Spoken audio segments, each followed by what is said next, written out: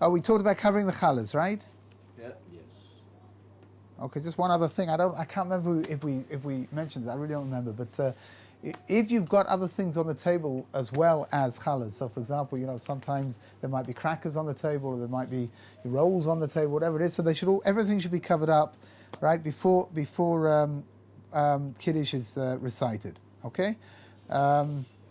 By everything, you don't mean like the salads. Not all stuff. food, Just all but bready, just just bready bread kinds of stuff. things. Yeah. So I guess any kind of mizonot. So either bread or crackers.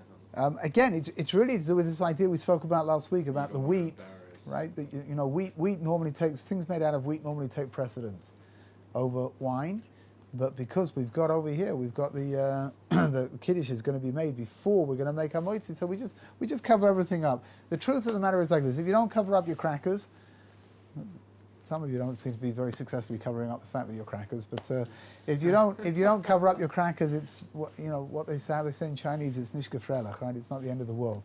But covering the challahs is definitely an important thing to do. Once you've made kiddush, right? So you should drink from the wine straight away.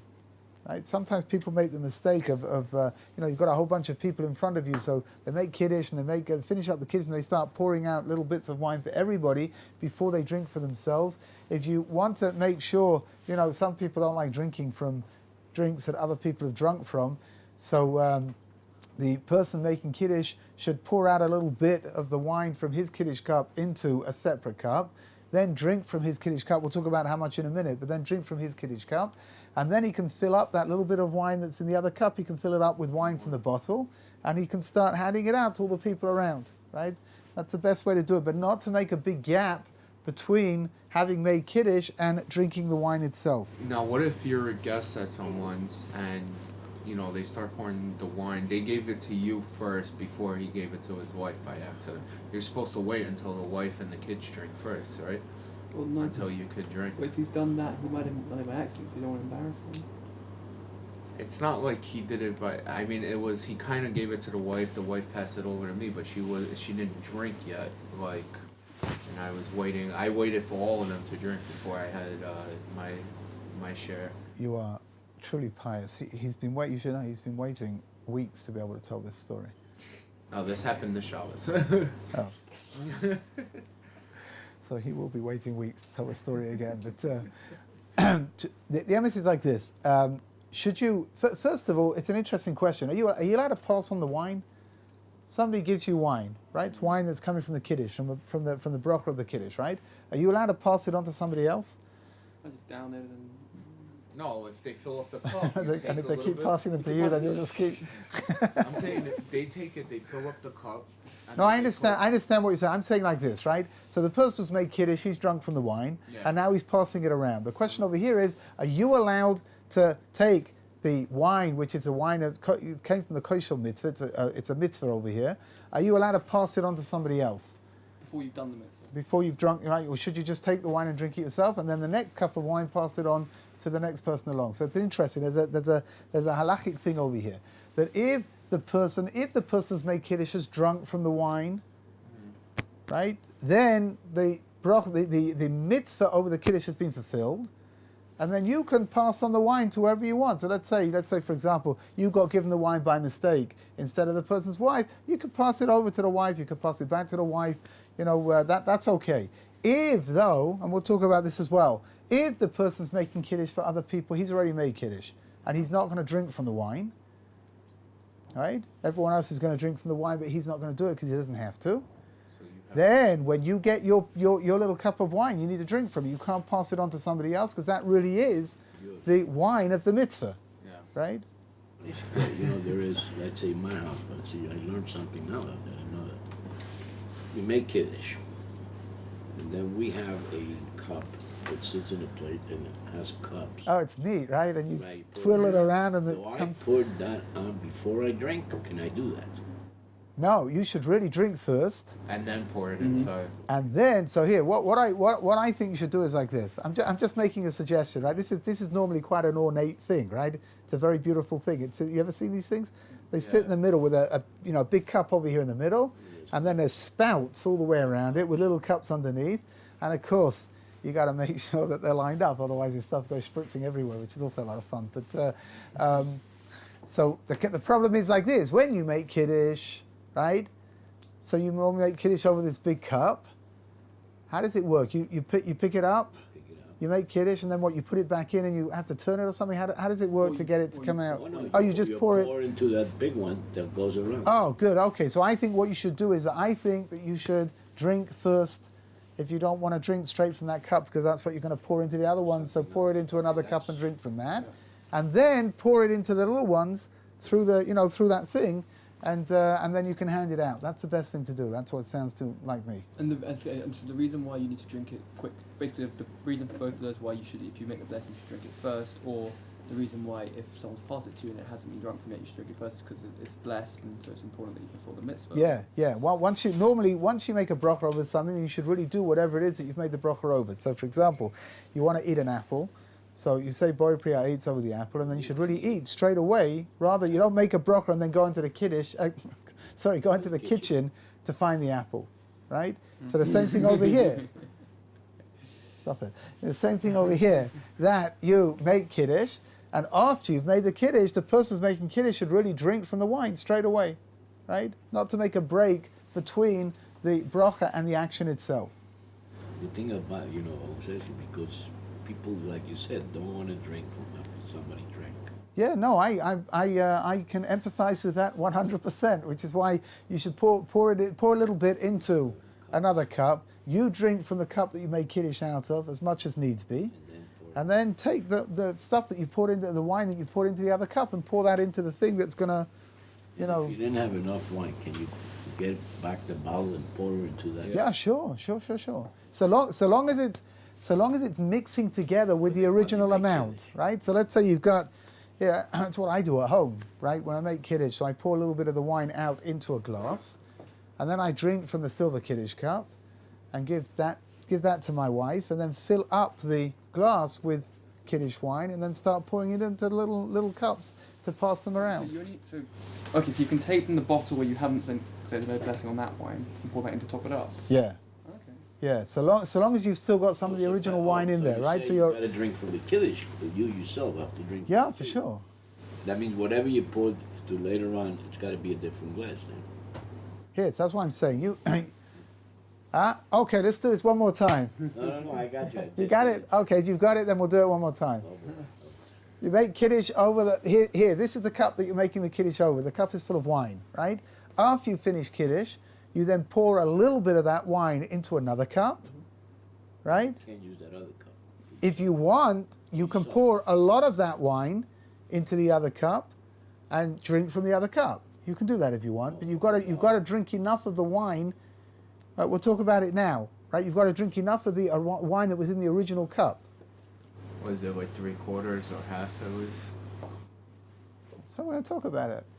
Stop it. What's going on here today? But you hear what's going on, right? Now, you can add to the wine as much as you want, so long as there's always a little bit of the wine left from the, right? So you made Kiddush, and you got a little bit of wine there in the bottom, you can fill it all the way up to the top, and you can start giving that out to everybody. If you don't have enough, you can then leave a little bit of that at the bottom and fill it up again and pass it around. You can keep doing that. If you run out by accident. If you run out by accident... No, you've got a bunch of people serious stuff. I think when that happens, the only alternative is to take the person outside and crucify him on the front lawn. I think. I really don't see any of the alternatives. I mean, away with me this week. the good news is that even though right you've poured out all the wine, there's still going to be, drops and bits and pieces. No, they drunk it all. Come on, cut it. It's my scenario here. Okay, it's your scenario, but it's my class, so I get to change the scenario to make things less complicated. So again, here the Benjamin, right? Benjamin. The truth of the matter is like this: that if I'm making Kiddush, you don't have to drink from the wine in order to fulfill your obligation. Your obligation is really to hear Kiddush, right? So giving out the wine to everybody, it's just like it's a nice thing to do, but it's not an obligatory thing to do. So let's say, for example, we're going to use your scenario because you're a guest here and you're English, and we try to be nice, right? Because there aren't too many of us, so right. If there is nothing left inside of this glass whatsoever, it's gone. Every single drop of wine has now gone. But Baruch Hashem, it's not the end of the world, because all the people that were there that were listening to the Kiddush fulfilled their obligation by hearing the Kiddush anyway, even though they didn't drink any of the wine. I'll tell you more than that, actually. If you don't like wine, and you don't have to drink from the wine that's been given to you, that's been passed around. Right? That also happens quite often, especially when if you've got kids over bar and bat mitzvah, but they're younger, and somebody's making Kiddush over, like over dry red wine, for example. So that many people don't like that. Huh? So if you fulfill your obligation, if you say amen, you hear the blessing. Listen, because you're sharing inside of what's called the kos shel bracha, right? Which means that the cup itself that had the wine in it to begin with is a wine. It's full of bracha. So you want to hand that out to everybody. Everybody should have a little bit of that. But it's not. You're not drinking it in order. Kos shel bracha is a cup that's full to the top and has had a bracha recited over it. So the truth of the matter is that kos shel bracha, it could be Kiddush, could also be a cup of Coca-Cola, right? You fill up to the top and you recite the bracha, Sha'akol niyeh b'dvaro, that's also a kos shel bracha. However, the Gemara defines a kos shel bracha. When the Gemara talks about kos shel bracha, it's talking about something that's being used for some kind of a ritual thing, right? So for Kiddush, for example, yeah? You fill up the cup all the way to the top, and you make the bracha over it, and now you want everybody to share they should all have a little bit of that bracha should be passed around to them as well. Yeah? What if you don't have any wine whatsoever, only a moitzi, which you can make? So you make Kiddush over hamoitzi, and then everybody's going to get a bit of bread. But you hear what's going on, which means like this: you don't have to drink the wine in order to fulfill your obligation for Kiddush. Right? The person who made Kiddush, he recited the words that need to be recited, and then you were listening. So you fulfilled your obligation now. The little bit of wine that you're going to get to drink over there has got less to do with the Kiddush itself and more to do with the idea of sharing inside of the blessing. Right? Now, my maketa, when you pass it from oldest to youngest, or to women, to men. Yeah. So, again, there is definitely all kinds of customs inside of homes that it should go to. It goes to the oldest, goes to the wife, and then it goes to the oldest children. Sometimes they give it out to the guests first. Anything goes, right? Really, anything goes. Torah? No, that pshat's like this. If the person who's making Kiddush is not drinking from the wine, like I said before, because he's already made Kiddush, right? And he's just coming now to make Kiddush to everybody else. Once you get your cup, you need to drink from it. Don't pass it on to anybody else. But if it's a regular, sort of like standard scenario where the person who's making Kiddush is drinking from the wine and then passing the wine around to everybody else, so whatever, if you want to pass it on to the person next to you because you feel that you want to, that they deserve it more than you deserve it, they should get it first, that's fine. And if you feel that you deserve it more than he deserves it, then take it back. You can have a fight over it, whatever. It's okay. I have a good question. In regards to the hymn, why does one have to cut the bread, and over here in the yeshiva we just like pull the bread to pieces and we just give it to each person? Is there an obligation to cut the bread to eat? It's certainly better to cut the bread. Certainly the first cut. You want to beautify. It's considered it's considered to be a more a more beautiful, right? It's considered to be a more beautiful way of fulfilling the mitzvah by using a knife to cut the bread with. But you know what? Over here in the yeshiva, first of all, they probably have plastic knives which break the minute you put them into the whatever you try to cut. They'll break. So I think that the best thing to do, if you can, is to cut at the beginning, and then afterwards, people want to take, and you want to start ripping it off and showing your animalistic tendencies. They're fine. How much are you supposed to drink? Right, you gotta fulfill your obligation over here. You're the one that's reciting Kiddush, and you've got to drink the wine. How much are you supposed to drink in order to fulfill your obligation? I think you're supposed to drink at least half. Okay, so we've got a few different opinions over here, right? The first opinion is the minimum opinion, which is something called Kemaloi Lugmav. Now, maloi lugmav is a halachic definition which is very difficult to measure. It's a cheekful of liquid. Here, my beautiful assistant over here. What is that? What is the word? Maloi, which means full, Right. lugmav, which means a cheek. Right? So your cheek, you have to put your cheek's worth of wine. Milu lukmav. Malot lugmav. Right? So far, so good. How much is that? I don't know. Because everybody's got their own cheek.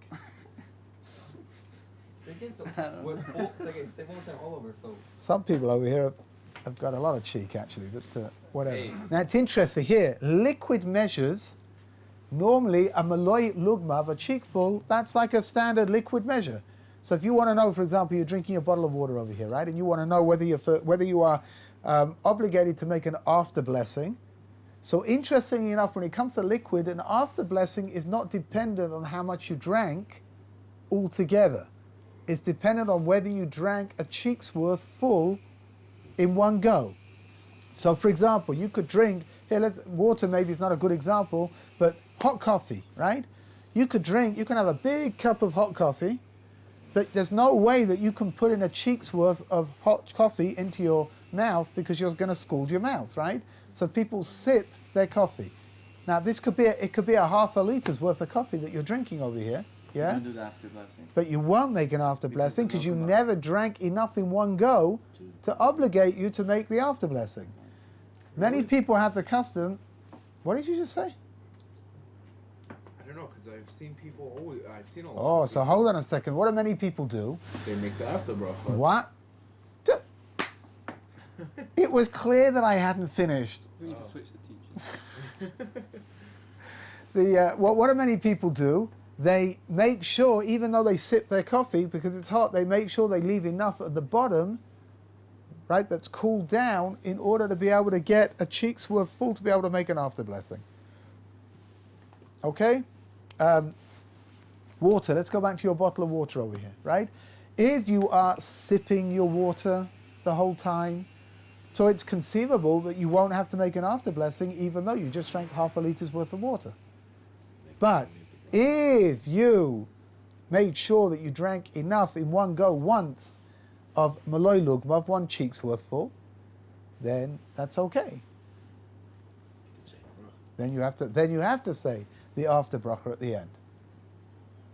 Is that clear so far? Yeah, I've got there's an awful lot of blank faces out there. It's not- Lugmav. Lugmav.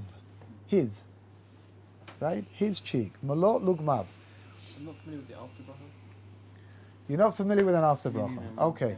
We have blessings that you make before you eat, right? And before you drink. There are blessings that you recite afterwards as well, which are a little less famous. I mean, that's not true. The most famous one, of course, is Birkat Hamazon, right? Where everybody who's, if you've ever been to a Shabbaton, so everybody sits around and sings it all with great energy. But there are other after blessings that are recited when you don't eat bread. Just a question on that. So, one of the reasons it's a mitzvah for us to eat challah, presumably, so we can do the mitzvah of Birkat Hamazon on Shabbat.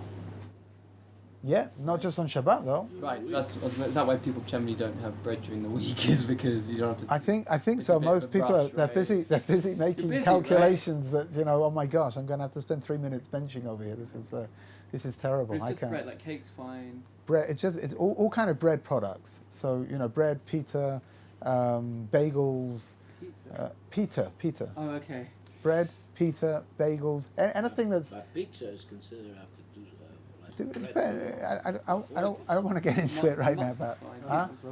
And there's a special kind of bread you can get that doesn't qualify for Birkat Hamazon. There is special bread that you can get that's not made with. It's not made. In order to be obligated in Birkat Hamazon, the bread has to be made out of one of five different kinds of flour. Okay. Right. So there's wheat, there's barley, there's spelt, there's rye, and there's oats. There are breads that are made. For example, you can get bread that's made from rice flour, which it doesn't taste exactly the same. Is that like a... I wasn't going to say that. We do that in Pesach? Huh? Rice flour. If you eat rice, right, that's kitniot. So for the Sfardim, it's no problem. If you eat rice, then you can make all kinds of wonderful things. Make it with rice flour, making sure that it's all, got nothing else inside of it. You've got to be careful on Pesach. You've got to be careful that whatever you're using is kasher Pesach, right? So, but if you can find rice flour that's kasher Pesach, you could make, in theory, you could make rice bread. My mother used to make rolls on Pesach, which were made out of matzah meal, which they were pretty delicious. But again, so here, if you've got bread, let's just go back to rice bread, for example, right? If you've got bread that's made out of rice flour, you don't have to wash over it, and you don't make hamotzi over it.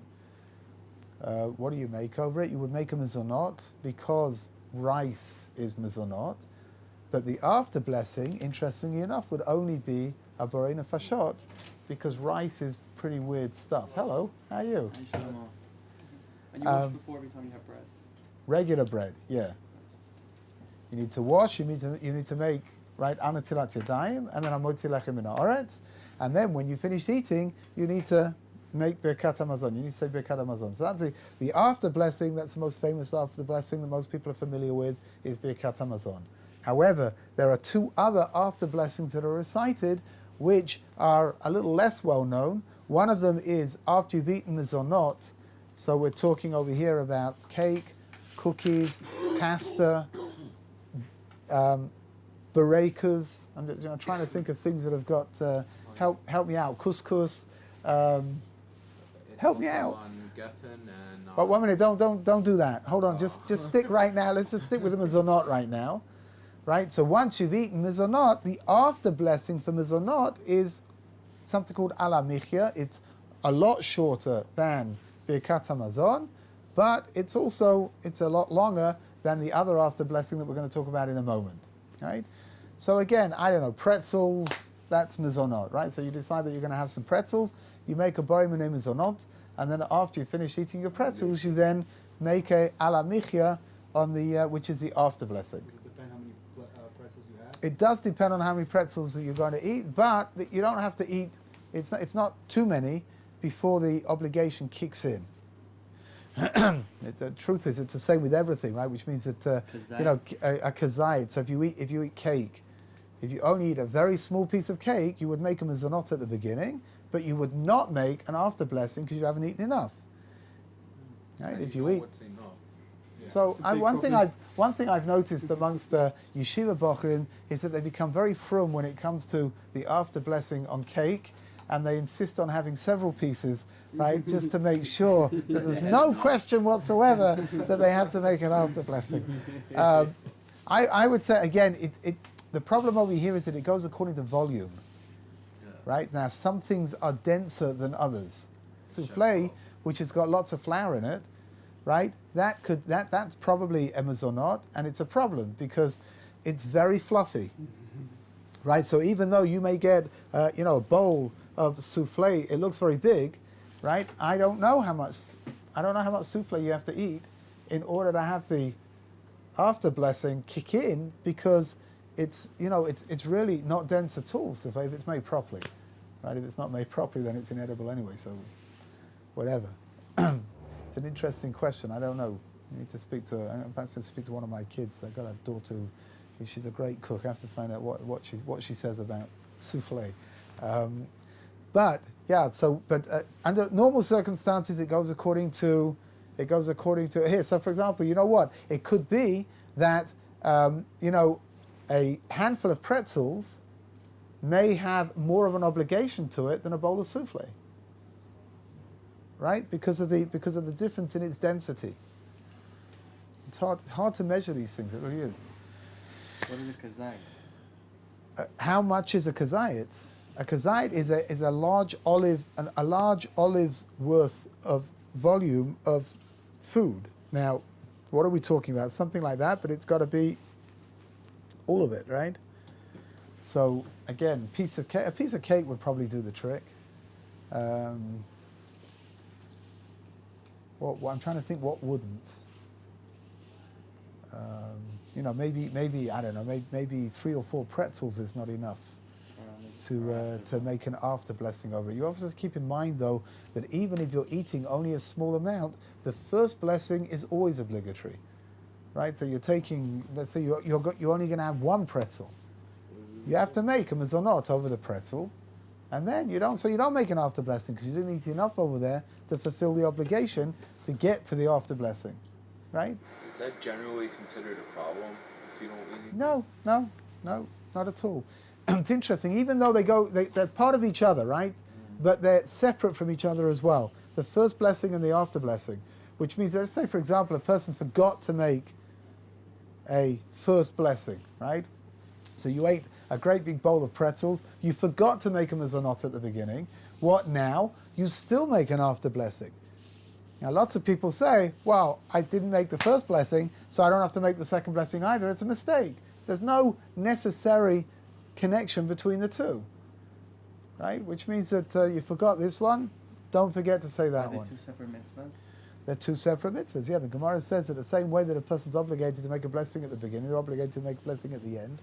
And again, that's exactly what it means. That if a person didn't make the first blessing at the beginning, he should still make the second blessing, the after blessing at the end. And if a person didn't eat enough to make an after blessing, he should still make a first blessing. This might be sidetracking slightly, but what's the rules of the timings between? So if I make a blessing on pretzels now and have some pretzels, and then half an hour have some more pretzels, then an hour later have some more. Good, okay. 2 hours later have some more. Okay. What's this thing you've got with pretzels? I don't actually like pretzels at all, but Oh, good. Me neither, actually. You got me worried there for a minute. Thinking, what is he talking about? when you're at the cinema, Anyway, so it's a good question. What do you do? Like this. We're going to break things up into 3 different sections. There are the bread, if you ate bread, if you ate mezonot, and if you ate shehakol, or bori priya adama, or bori priya eitz. Okay, we got 3 different categories over here. Pa'ez is fruit. Adama is vegetables, and shehakol is everything that doesn't else. fall into those Portfolio, categories. Let's have a look and see. If you eat bread, you've got 72 minutes to bench within after you've finished eating. Okay, not just the bread, which means you go to somebody for a meal and you wash your hands and you sit down here, a Shabbat meal, right? You go, you wash your hands, you make hamotzi, and then they start bringing out the food. You stopped eating challah a while ago, but you're still eating the food that's coming out. Dessert comes out, you right? So let's say you washed your hands, right? You want this to be a morning meal. We've got challah coming out. You washed your hands at 11 o'clock, right? And you finished eating at, let's say 1 o'clock. All right, 2 o'clock. Whoa, you're really going at it over there, huh? So you finished eating at 2 o'clock. Bread you finished eating at 11:30, right?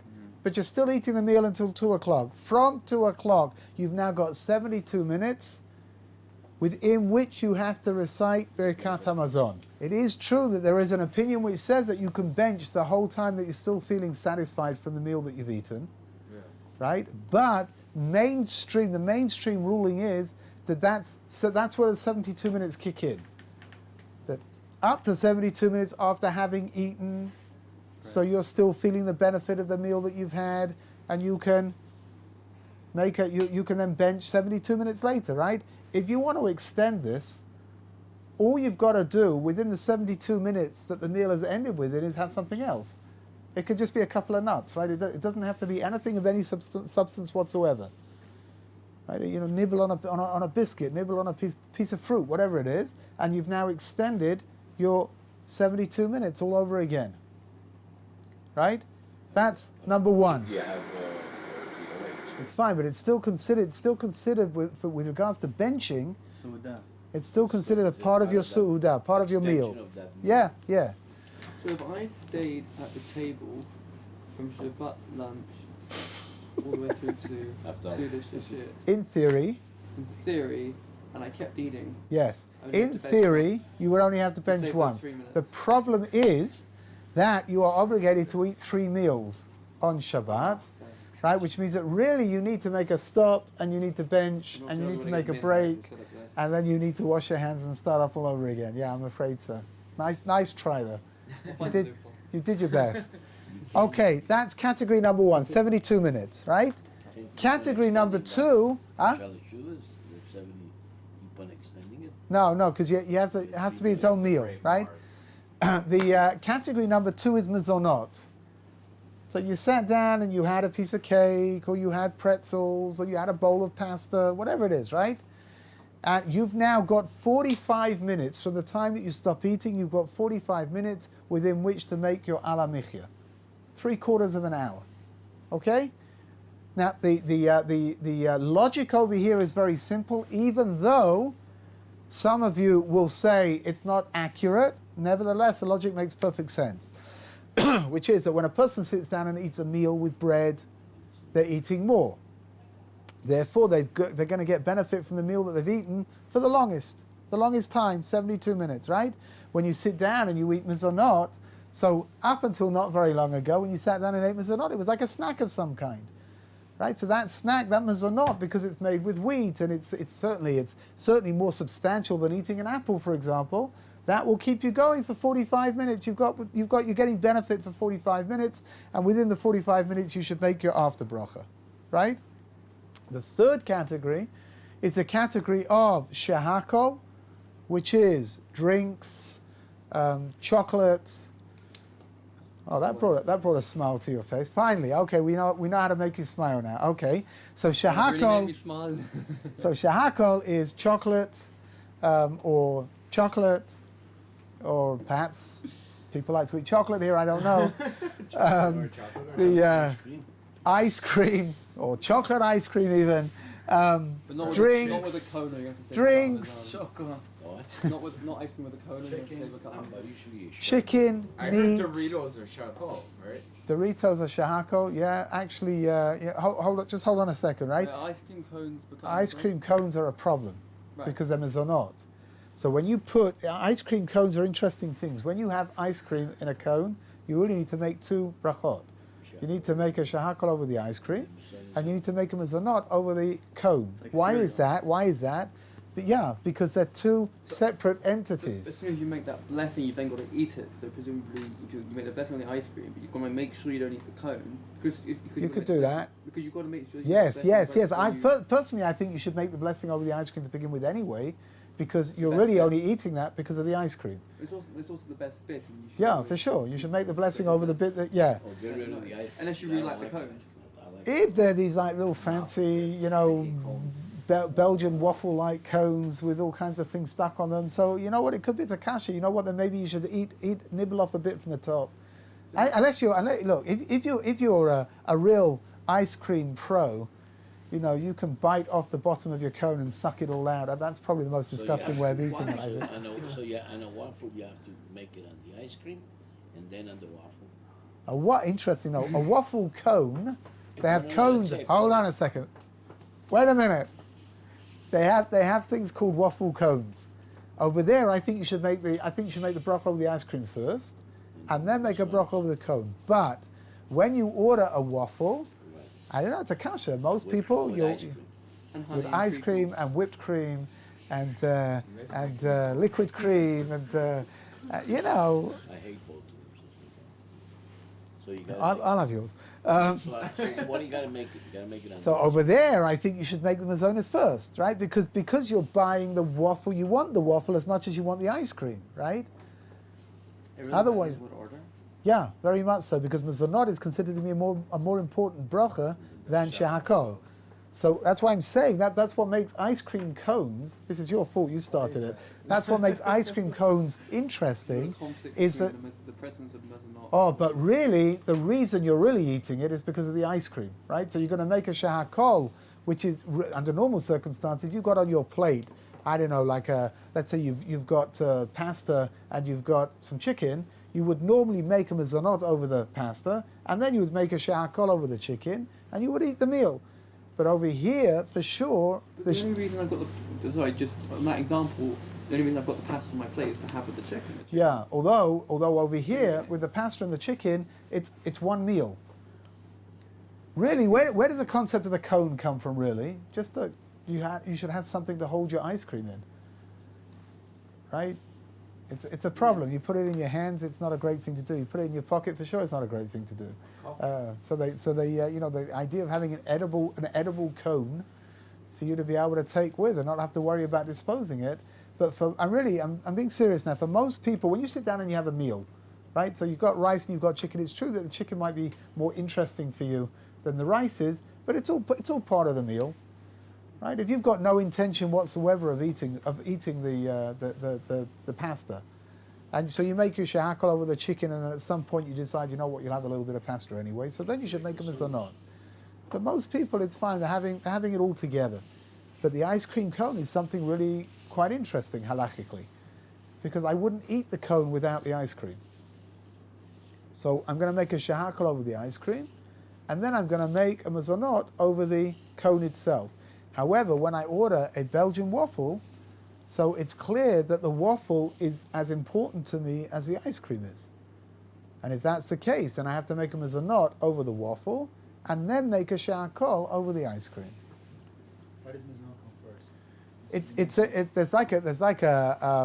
There's like a hierarchy with brachot, right? So for example, if you've got bread, so you always make hamoitzi first. That's the most important bracha, right?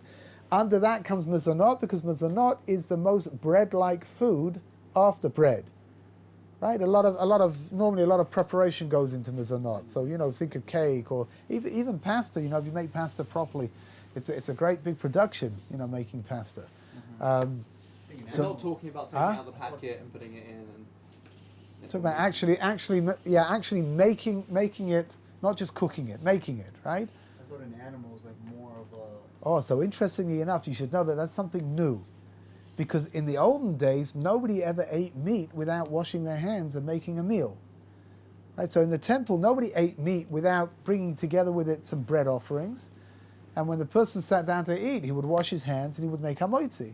This idea of, we've grown up in I remember even when I was growing up, right, that when the main meal of the day, there was always bread on the table. And you washed and you made hamoitzi and you benched afterwards. It's relatively new, this idea of being able to sit down and have an enormous meal, right? And to stuff yourself silly with all kinds of things and to walk out of there without having washed your hands. That's why, again, there's a concept, the halakha, we don't change the halachas. Right? The halacha was established in this particular way with reciting blessings, that it's true that you make a shehakol over meat, but but normally meat wasn't eaten by itself. Therefore, you make hamoitzi, you have it inside of your meal. What do you do now if you just want to sit down and have a piece of schnitzel and you're not going to wash your hands, you're not going to have hamoitzi, so you make a shehakol. It's a little bit of an anomaly. It doesn't fit in very neatly with the concept of the hierarchy of brachas. But in general, you've got a hierarchy. What have you got? You've got bread, hamoitzi. You've got mezonot. You've got ha'etz, which is things that grow on trees. Ha'etz, what's the source? This is Shulchan Aruch? Yeah, for sure. Which is Sephardi, Ashkenazi? It's all the same right now. Which means the hierarchy over here is exactly the same. When you come to make brachot, first you've got hamoitzi, then you've got mezonot, then you've got ha'etz, then you have adama, which is anything that's growing out of the ground. Right? And at the end of all of that, you have shehakol. Now, shehakol, what's the hagefen is when you come to drink wine. Where does hagefen fit into all of this? So hagefen normally comes in after hamoitzi. So under normal circumstances, we spoke about this last week, right? Under normal circumstances, when you're during the week and you're not making Kiddush, if you're going to drink wine in your meal, you should make hamoitzi first. And then during the meal, make a bori pri hagefen over your cup of wine, right? However, when it's Yom Tov and when it's Shabbat, so we do it differently, and that's in order to be Mekadesh. We spoke about that at the beginning of all of this. To sanctify Shabbat, we use the wine, so we make a bracha over the wine, and that's why we cover the chalot. If anybody remembers at the end of last week, that's what we spoke about. We cover the chalot, because really, the chalot are supposed to be having the bracha made over them first, and we don't want to embarrass the chalot, so we cover them. So why don't we do hamoitzi first and then wine on Shabbat? Because on Shabbat we have to be mekadesh the day. We have to sanctify the day, right? And the rabbis learned from the Torah, it's a Torah obligation to sanctify the day using verses from the Torah. So the rabbis added to that the idea of drinking the wine in order to give it a even greater significance than it already had. And the Torah, the blessing of wine is. The making Kiddush on Friday night is from the Torah. But the Torah obligation is to recite verses that are going to sanctify the day. The rabbis in the time of the Talmud came along and they added in the idea of making Kiddush over wine. Again, to give it more significance, to give it more importance. Right, now, again, what is sha'akol? Sha'akol is anything that doesn't really fit in. Sha'akol is a very generic kind of a blessing, right? So if it doesn't fit into something, we'll make a sha'akol over it. Just some interesting little, hold on, just some interesting details over here about brachot. What do? You've got something in front of you and you don't know whether it's Bori Priya Adama or Bori Priya Eitz. Like an almond. You don't know what it is, right? It could be because you don't recognize it or because you're not sure. Did it grow? Is it something that grows in the ground or is it something that grows off of a tree? So the halacha is you make a Bori Priya Adama. Why? Because a tree grows out of the ground as well, which means that indirectly you're able to fulfill your obligation because indirectly it really is Adama because it came out of the tree. You can't do it the other way around though, which means that you can't make an Eitz over something which was Adama because that's incorrect. Like a mushroom. Mushrooms are fascinating because mushrooms are shahakol. According to the halacha, mushrooms don't grow in the ground; they grow on top of the ground. They're fascinating little things. When you come to eat mushrooms, you should make a shahakol. But it's come first. But eitz comes first. It's like this: if you've got in front of you a tomato and an apple, you should make the blessing over the apple first, because that's Bori Priya Eitz, and then only then should you make a bracha over the tomato, which is Bori Priya Adama. Well, I think why, because the reason why I think it's is first is because the process that goes through, like it becomes a tree. Yes, I think that's right. Well, the more that's going into its production, so the greater its importance is going to be, right? Mm-hmm. So Adama, you just go, you pull the cucumber out of the ground, and it's ready to go, right? Okay. The Eitz, it's got to be nurtured, it's got to grow, it's got to flourish, and then you can come and you can pick it off the tree, right? But you've got to make the Eitz. That's why it takes precedence over the Adama, right? Because there's more inside of it. Yeah. Also, I don't know if it's from the Shulchan Aruch or Kiddush Yosef. You have to say, I heard that before you make a meal on Chat Hamazon, before you eat bread, it's good to say sha'akol, like to drink or say sha'akol on something before you. So it's interesting that there are opinions which say like this. The Ashkenazi opinion is not like that. The Ashkenazi opinion is that once you've made hamoitzi, whatever you're going to eat inside of the meal, not including dessert, is included, right? And not including wine, right? But for example, you come and you make hamoitzi, and then within inside of the food that you're eating over there in the meal, you've got a piece of you got a drink, right? Give it a can, bless you, sweet, a can of Coke, right? So you don't have to make a bracha over the Coke now because the whatchamacallit, the hamoitzi has taken care of everything. It's part of your Suda. According to some opinions, it's better to make a shahakol right before the meal begins, then to make hamoitzi, and then you don't have to worry about making a bracha achrona, about making an after bracha on the shahakol, because it's going to be included inside of Birkat Hamazon. Wait, why? However, hold on a second, just 1 second. I want to add something in over here. The dessert, right? Dessert is complicated. I mean, not eating it, it's not. But according to the halacha, things that you would not eat together with bread should have a blessing made over them, right? So, for example, at dessert, they bring out ice cream, yeah? You don't normally eat ice cream together with bread, therefore you should make a sha'akol over the ice cream when you come to eat it at dessert time. Yeah? So far, so good. What about cake? So you've got a piece of cake and you've got some ice cream sitting on your plate, so there are two different opinions inside of the halacha. One of them is that the cake being similar enough to bread is included inside of the bracha and you don't make a separate bracha over the cake. And the other one is that you wouldn't eat bread you wouldn't eat cake with bread, therefore you should make a separate bracha of mazonos over it. Whatever you do, it's going to be okay. You've got who to rely upon. Okay. But the Birchas Hamazon includes. Birchas Hamazon going to take care of everything, right? Which means that when you come to bench at the end of all of this, you don't have to worry about having to make extra after blessings over the bits and the pieces that you ate inside a dessert, because that's being taken care of inside of the after blessing. Just one last thing, which is that's how we got on into all of this, right? When you make a shehakol, right, or you make Borei Priya 8, or you make Borei Priya Adama, how much time do you have to recite the after blessing inside of? Half an hour. Right? So we've got over here the Shehakol Adama 8. You've got a half an hour within which to make your after blessing after you've finished. So here, you finish up your bottle of water and you've now got half an hour to say the after blessing inside of. If you're having mizonot, you've got 45 minutes. And if you've eaten hamoitzi, then you've got 72 minutes. Okay, so if you finish, you did mizonot and you did adama, do you do 2 after blessings? That's Yes, yeah, interestingly enough, right? If you let's say you've had a meal and you ate pasta and you ate schnitzel, right? So you would make a mizonot over the pasta, you would make shehakol over the schnitzel, and at the end of it all, you would make 2 after blessings. One over the mizonot of the ala michya, and one of borei nefashot over the schnitzel. It's an interesting thing, right? Because again, when you make hamoitzi, it's going to take care of everything, but over here, it's not taking the mizonot. It's not going to take the ala michya. It's not going to take care of your borei nefashot obligation. The best thing is wash bare bread, and that's it. You have solved Plus, when you do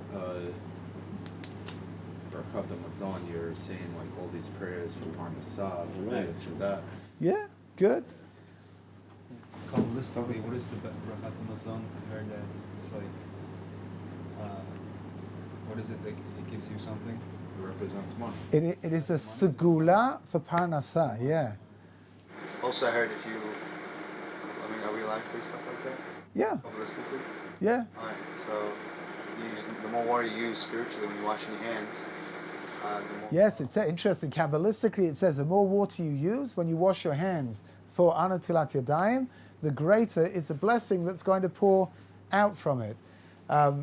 What's interesting though is that you need to be careful, right? When you've got water coming out of the tap, so you should use an abundance of water, and Imit Hashem, you should be showered with blessings from God. But if you're using water that has to be brought in from somewhere, so let's say, for example, you're camping, right? And somebody's got to schlep this great big jerry can down to the river to bring it up to wash hands, then you should don't use too much water, because you got to take everyone else into account as well. Just something to keep yeah, but unfortunately things that are common sensical and logical very often are overlooked. I've got to do a lot. Move. Yeah. Also, when you're washing, you should put your right hand up and your left hand down. Yeah, when you come to make the blessing, we did all this when we learned the halachas of Netilas Yadayim, that you put your right hand up a little bit higher than the left one, and you should allow the water to trickle down a little bit, that it should cover all of your hand. Just one last thing before we get evicted. You wanted to know what is mizonot bread.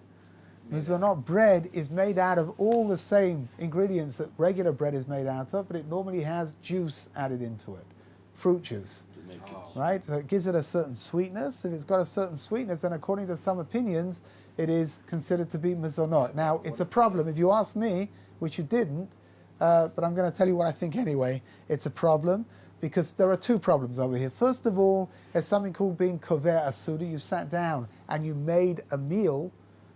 Once you've made the meal, it doesn't make a lot of difference whether your bread is mizonot or not mizonot. You need to wash and you need to make hamotzi over it, because you're establishing a meal right now.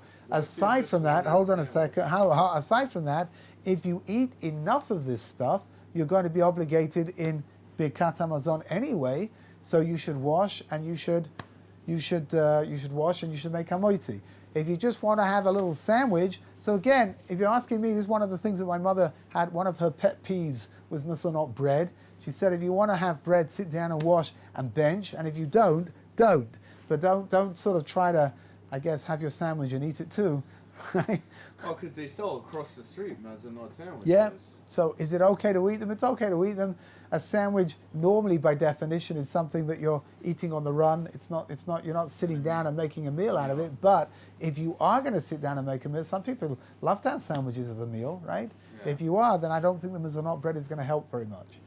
Even though you may like the taste, maybe you prefer it because of the taste, but not. That the reason why Oh, we if got the you Mazon, are why we like say in a motzi, rush. no matter what, on a sandwich, even if it's not a meal, is because it's that it's Yeah, which means the Gemara says like this: the minute you're eating bread, right? Bread is something.